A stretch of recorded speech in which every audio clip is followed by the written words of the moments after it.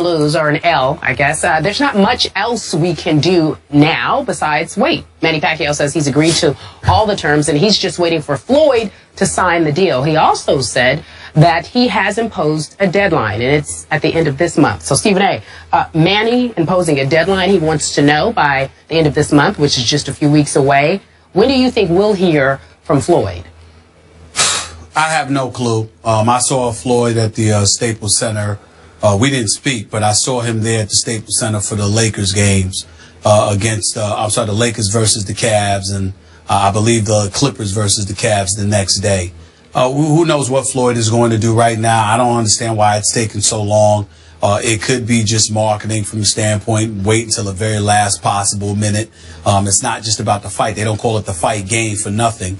Games are always being played. There's always gamesmanship that's taking place. I recall years ago when a particular fighter, I believe it was Zab Judah, if I remember correctly, Skip, he had gone out and he had cussed out Don King or something had happened or whatever the case may be. The next thing you know, Don King scheduled a fight for him in the first or second week in January. Well, if y'all remember, Thanksgiving is in November. Christmas is in December. You don't schedule a fight for January because chances are, if you've achieved any level of success, the time for you to be most comfortable is going to be around the holidays. You're chilling with friends and family. You're stuffing your stomach. You're not going to get in shape, and you're going to jeopardize yourself. And that's exactly what happened. I think it was to Zab Judah, if I remember correctly. I think he was the guy that it happened to, because he ended up losing that fight and getting roughed up by somebody that was starving for a chance at him, who was more disciplined at the time. All I'm saying is that gamesmanship always takes place. But in the end, here's what it comes down to. Floyd Mayweather is one of the greatest boxers in history. He is somebody, I believe, who will beat Pacquiao. But whether he wins or loses, there is no shame in anything he does except not fighting Pacquiao. I'm hearing rumors about Cotto, a rematch with Cotto. I don't want to hear that. I don't want to hear about Canelo Alvarez. He already took care of them. I don't want to hear about Amir Khan, or I don't want to hear about any of these guys. Not to disrespect Amir Khan, because he can fight. You know, it could be a good fight. The point is that Floyd Mayweather repeatedly says he wants to give the fans what they want to see.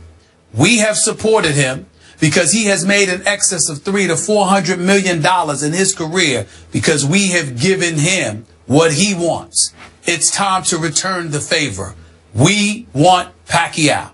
And as far as I'm concerned, Skip Bayless, I'm not going to advocate on behalf of anybody else other than myself, because I wish nothing but the best for Floyd, regardless of what he may think at this moment in time, because I'm insistent on him fighting Pacquiao. But I will not buy another fight, and I will not watch another Floyd Mayweather fight until it's Pacquiao. I want Pacquiao. I want to see Floyd give him the boxing lesson I believe Floyd will give him. The only shame Floyd can have with me is if he does not fight him.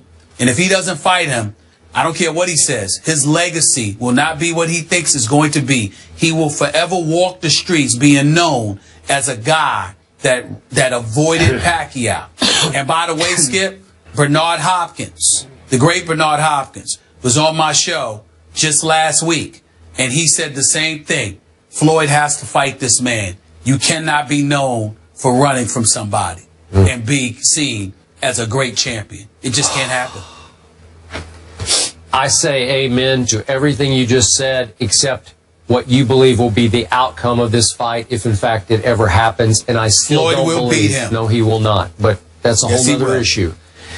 The issue, and my takeaway from the interview we just watched,